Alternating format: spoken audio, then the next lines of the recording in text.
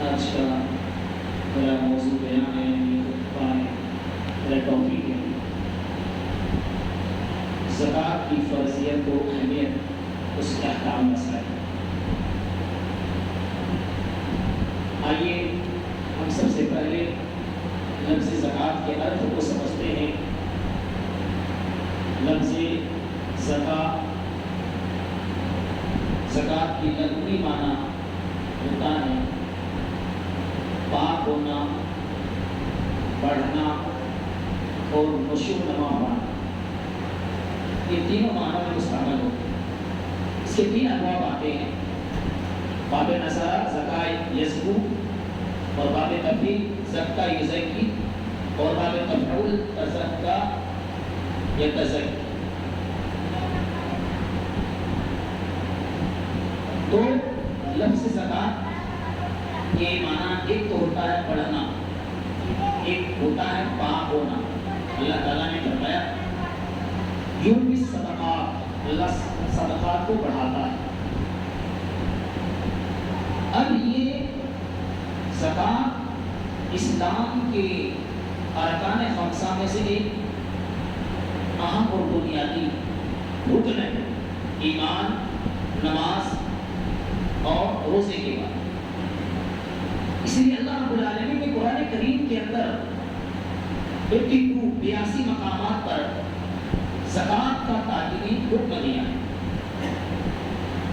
اب زکوٰۃ کے بہت سارے مسائل ہیں۔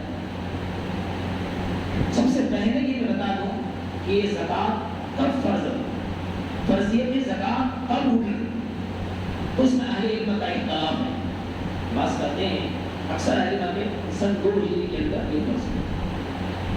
بعض اہل علم کہتے ہیں زکوٰۃ کی فرضیت تو مکہ مکرمہ میں ہو گئی تھی، لیکن اس کے احکام، اس کے مسائل، اس کی تعین، کن کو زکوٰۃ دیا جائے، کتنے میں زکوٰۃ دیا جائے، مصارف زکوٰۃ کہاں کہاں لگے گا، یہ سارے احکام مسائل مدینے میں فرض ہیں۔ بہرحال زکوٰۃ سن 2 ہجری رمضان کی فرض سے قبل ہوئی ہو یا مکہ المکرمہ میں ہوئی ہو، لیکن زکوٰۃ فرض ہے قرآن اور حدیث کی روشنی۔ آئیے ہم دیکھتے ہیں فرضیت کے تعلق سے۔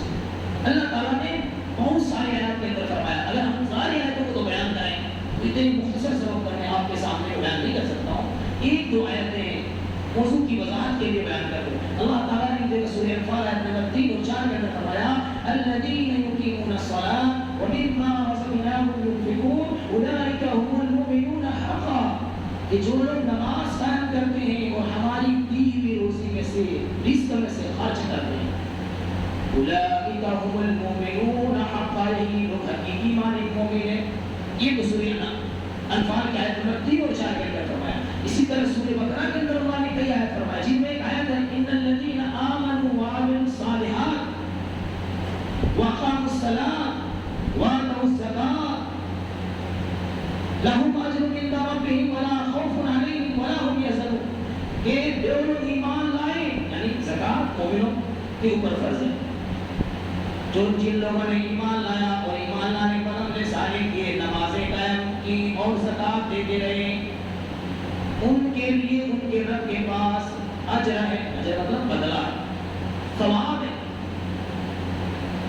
اور آگے اللہ نے فرمایا لا خوف علیہم ولا هم یحزنون، ایسے لوگ نہ خوف، ایسے لوگ کے نہ خوف ہے نہ ایسے لوگ غمگین ہوں گے۔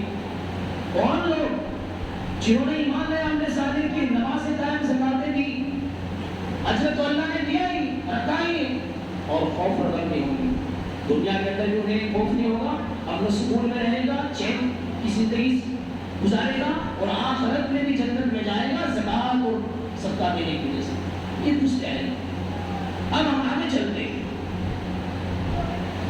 حدیث کی روشنی میں زکات فرض ہے، جیسے کہ میں نے گزشتہ جمعہ میں حدیث بیان کی کہ آرابی اللہ کے رسول کے پاس آتا ہے، عرض کہ یا رسول اللہ دلونی علی عمل اذا عملتہ دخلت الجنہ، اللہ کے رسول مجھے ایسا کوئی عمل بتائیے جس کے کرنے سے میں جنت میں داخل ہو جاؤں۔ نے فرمایا اللہ کی عبادت کر، اعبد اللہ لا تشرک به شیئا،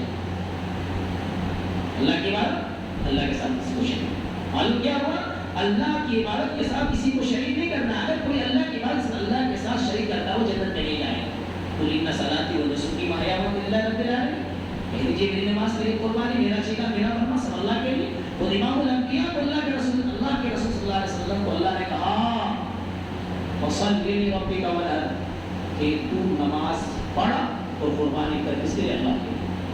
جب اللہ کے رسول بھی اللہ کے لیے کر رہے ہیں تو ہم سب تو زیادہ محتاج ہیں نا.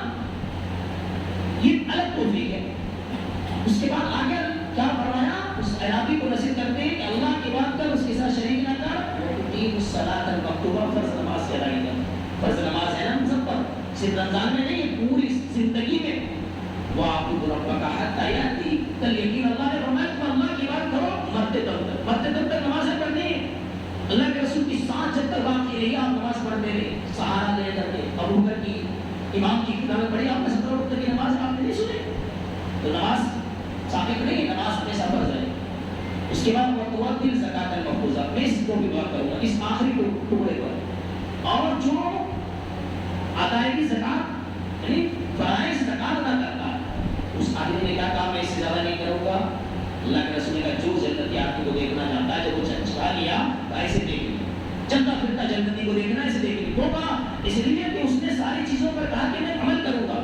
اب زکات اگر کوئی نہیں دیتا تو اس کے کیا نقصانات ہیں، زکات نہ دینے والوں کے کیا انجامات ہیں، وہ تو بعد میں بات کروں گا. پہلے بتا دوں کہ زکات جو ہے کن کن چیزوں پر ہے. زکات کی شرطیں کیا؟ دیکھو زکات کی 2 شرطیں ہیں. نمبر 1 زکات اس پر فرض ہے جو صاحب نصاب ہو. صاحب نصاب سمجھتے ہیں؟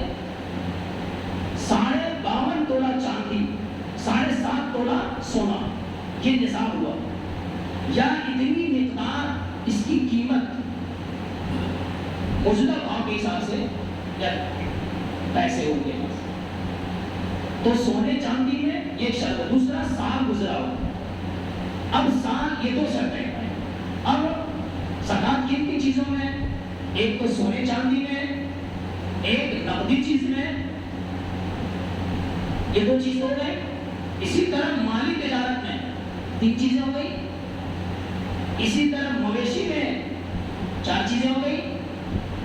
اسی طرح کان خزانے جو چھپے ہوئے ہیں ان میں پیداوار میں پھل ہو گلے ہو اناج ہو الگ الگ مقدار ان کی وہ الگ بات.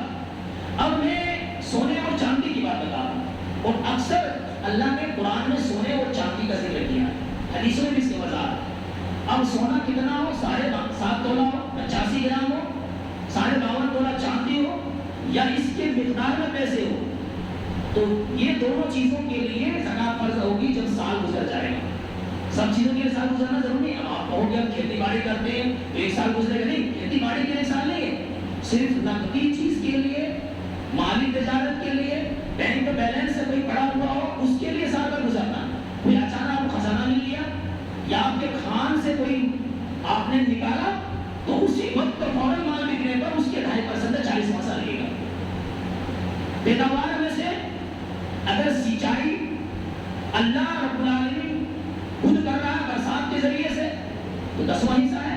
تو کتنے مقدار میں؟ 5 وسق یعنی 725 کلو گرام اگر آپ کے پاس اناج ہو گیا تو اس میں زکات. 20واں حصہ اس صورت میں جب آپ خود اپنے سے کھیتی کر رہے ہو یعنی اس میں سینچائی کا پیسہ لگ رہا ہے، مشین آپ کا چل رہا ہے، پمپ چل رہا ہے، بجلی خرچ ہو رہی ہے، آپ پہ ڈیزل چل رہے ہیں لیکن اللہ کا دے رہا ہے. اس صورت میں 10واں حصہ 1 من یعنی 10 من میں 1 من اور اس صورت میں 20 من میں 1 من. اور کتنی مقدار؟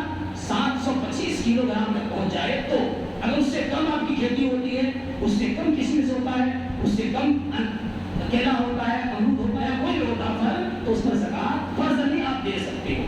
یہ تو مقدار ہو گیا. اب زکات کن لوگوں کو دینا چاہیے یہ مسئلہ ہے نا. زکات کن لوگوں کو دینا چاہیے؟ تو نمبر 1 زکات دینے کو لیے سب سے پہلے کس کو دیں گے؟ مسلمان ہونا چاہیے. جس کو دیں گے وہ کون ہو؟ مسلمان. یعنی زکات غریب اور مسکین کے لیے ہے. اور زکات 8 وضاحت کیا سورۃ توبہ آیت نمبر 7 کو پڑھنا، انما الصدقات للفقراء والمساکین والعاملین علیہا والمؤلفۃ فی قلوبہم وفی الرقاب والغارمین وفی سبیل اللہ وابن السبیل، اللہ کے راستے۔ ان میں سے 8 میں ایک اللہ کا راستہ ہے۔ اللہ کے راستے میں جہاد بھی ہے۔ اگر کوئی ہم جہاد میں جا رہے ہیں، وہاں سے مالدار ہے تو وہ جہاد میں جا رہا ہے، اب اس زکات کے پیسے سے گھوڑے، ہتھیار وغیرہ سب لگایا جا سکتا ہے۔ اسی طرح بعض حدیثوں میں ہے کہ زکات کے پیسے سے آدمی کو حج عمرہ بھی کیا جا سکتا ہے۔ مثلاً کوئی غریب آدمی ہے، وہ حج عمرہ پر نہیں جا سکتا ہے، آپ نے اپنا حج کر لیا ہے، آپ اس کو زکات کے پیسے حج عمرہ بھی اسی طرح یہ بھی بسم اللہ میں۔ ابن السبیل مسافر، آپ یہاں سے کوٹا گئے، کوئی باہر گئے، آپ کے جیب کٹ گئے، آپ کے پاس پیسے نہیں، آپ کا ATM کارڈ نہیں ہے، تو سویدھائیں ہو گئی، اب آپ کیا کرو گے؟ اب آپ گھر پہنچنے کے لیے اتنے پیسے آپ کو کوئی جگہ سے دے، آپ پہنچ سکتے ہو مخروص کے لیے، قرضدار کے لیے۔ یہ تو بہت لمبا ٹاپک ہے، یہ 8 مسائل ہیں، آپ سورہ قرآن کو پڑھ لیا کرو۔ اب زکات کن لوگوں کو نہیں دینا چاہیے؟ نمبر 1، غیر مسلم کو نہیں دے سکتے ہو زکات۔ زکات کے لیے مسلمان ہونا، ساتھ میں نمازی ہونا، ساتھ میں بدعتی نہیں ہونا، یاد رکھو آپ بے نمازی کو بھی نہیں دے سکتے ہو۔ کیوں آپ کو بے نمازی کو؟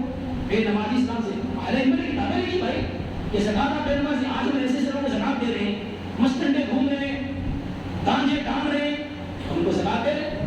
تو سب سے پہلے آپ زکات دو گے تو زکات دیکھو کہاں سے شروع کرو گے؟ تو ایک تو غیر مسلم کو نہیں دے سکتے۔ بات اسی طرح سے اللہ کے رسول آل رسول پر زکات حرام ہے، اسی نبی کے خاندان پر زکات حرام ہے۔ حضرت